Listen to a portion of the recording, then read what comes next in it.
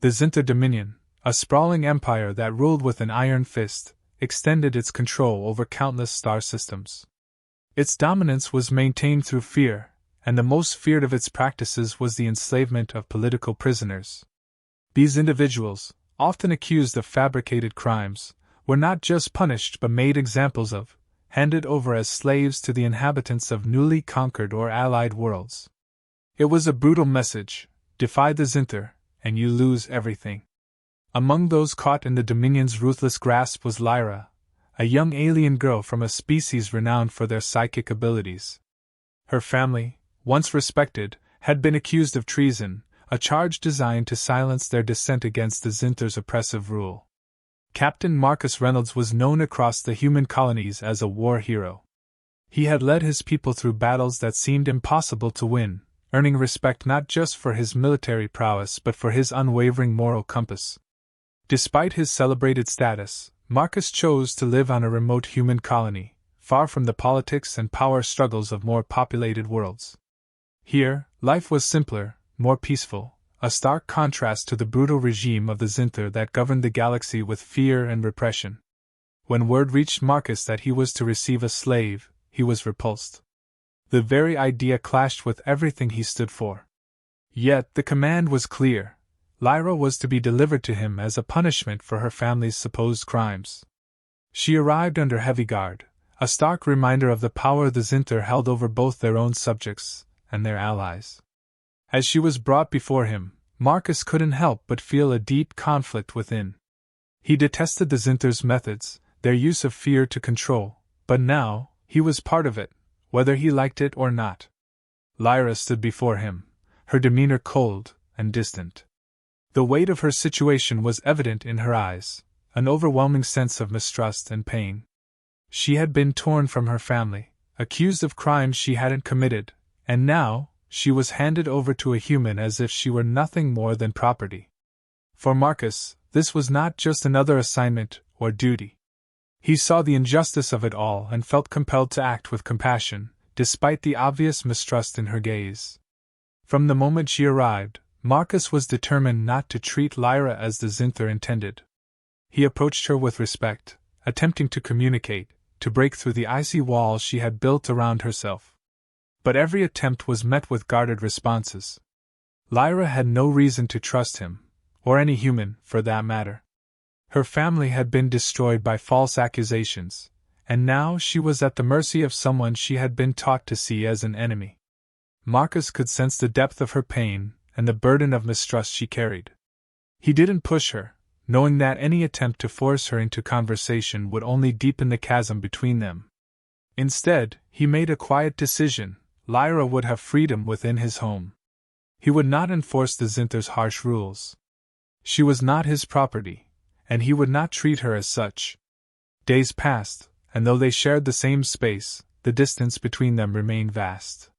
Marcus continued his efforts to engage with Lyra, not out of duty but out of a genuine desire to understand her, to help her see that not all humans were like the Zinter.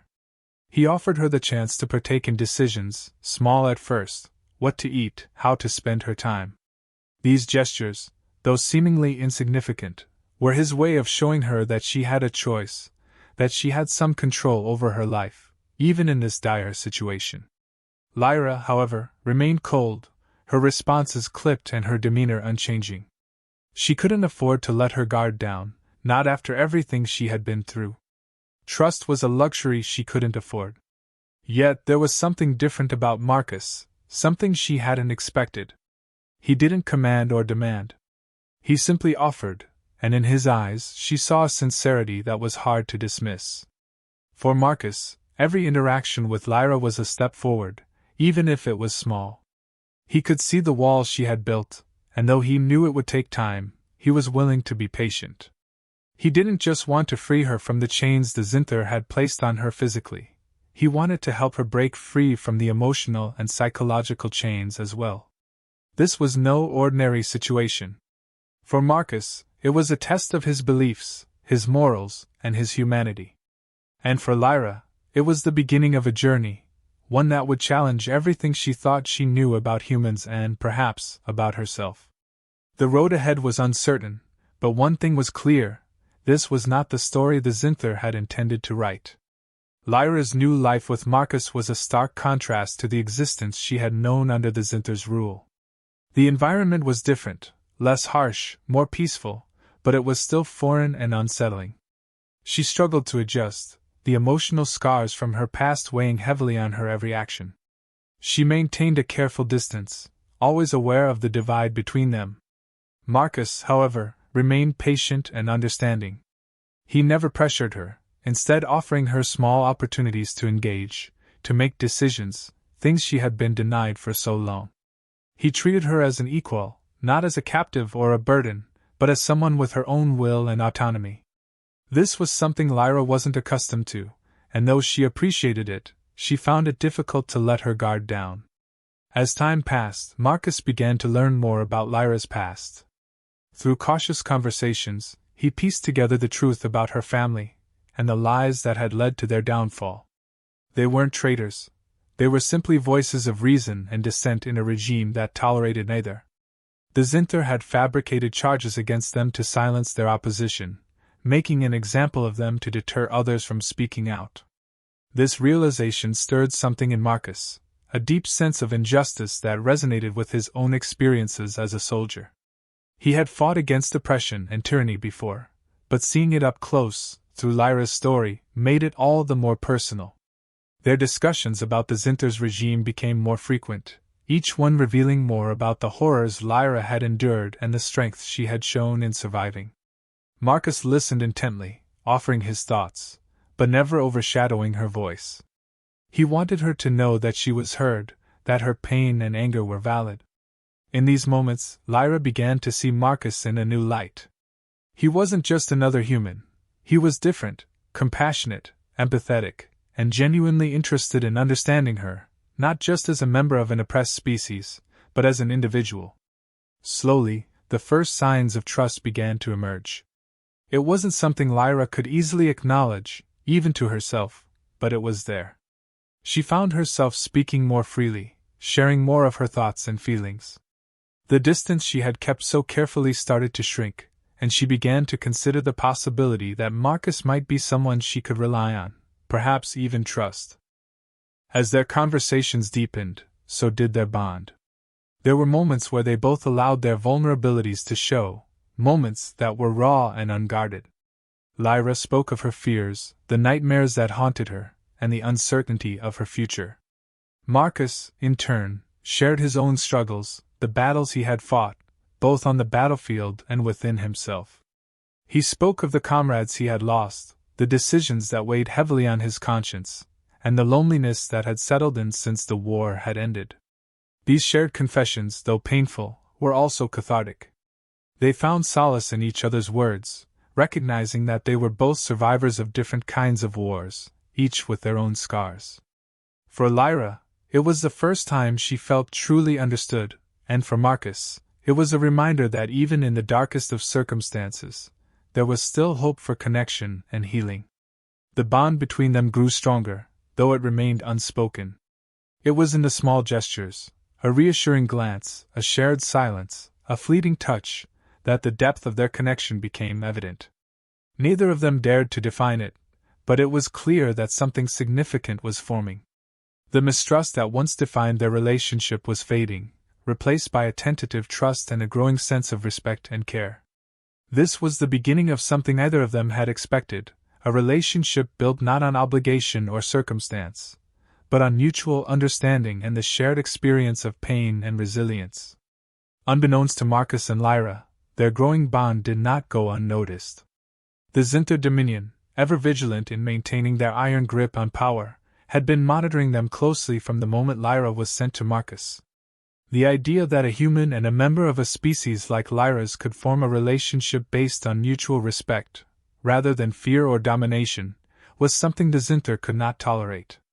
They feared that this connection might inspire others, humans and other oppressed species alike, to question the status quo, to see beyond the lies and the fear that kept them in chains. The mere possibility of such an idea taking root was a threat to the Dominion's authority, one that could not be allowed to grow. The Zinther leadership, increasingly concerned about the influence that Marcus and Lyra's relationship could have, decided that swift and decisive action was needed. They could not afford to let this potential symbol of rebellion flourish. The decision was made in cold, calculating terms. Marcus would be eliminated, and Lyra, who now posed a significant threat with her growing psychic abilities, would be recaptured and returned to Zinter control. To carry out this mission, they dispatched a team of covert operatives, trained in assassination and abduction, skilled in slipping through the shadows unnoticed. These were not ordinary soldiers. They were specialists, tasked with neutralizing threats to the Dominion with precision and efficiency. Their orders were clear: leave no trace, and ensure that the message was clear: defiance would not be tolerated. As the operatives closed in, their presence undetected by any conventional means, Lyra's latent psychic abilities began to stir. In moments of quiet, she felt a nagging sense of unease, as if a shadow was looming just beyond her sight. It wasn't long before these feelings crystallized into a clear and undeniable premonition. Danger was approaching, fast and deadly. The images that flashed through her mind were fragmented but vivid: a sense of impending violence, the cold intent of the operatives, and the imminent threat to Marcus's life. Lyra didn't hesitate. She warned Marcus immediately, her voice trembling with urgency as she described the danger they were in. There was no time for doubt or second-guessing. Marcus, understanding the gravity of the situation, trusted Lyra's instincts completely. He knew they had no choice but to flee, to get as far from the colony as possible before the Zinter agents could strike. Together, they quickly devised a plan, each contributing their strengths to the escape. Lyra's psychic abilities allowed her to anticipate the movements of their pursuers, while Marcus's military experience provided the tactical knowledge needed to navigate through the dangers that lay ahead. Their flight from the colony was the beginning of a desperate chase, one that tested their endurance, their wits, and their growing trust in each other. They knew they couldn't stay in one place for long. The Zinter's reach was vast, and the operatives would stop at nothing to complete their mission.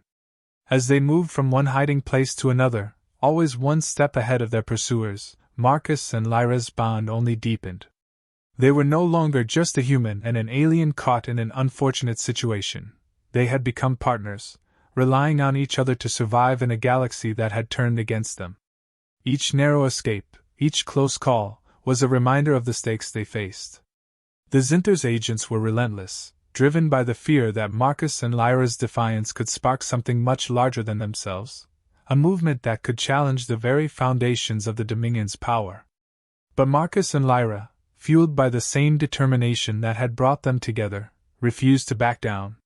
They knew that if they could reach a neutral planet, one beyond the direct control of the Zinter, they might find a chance at safety, a place where they could regroup and figure out their next move. The chase was far from over, and the road ahead was fraught with danger.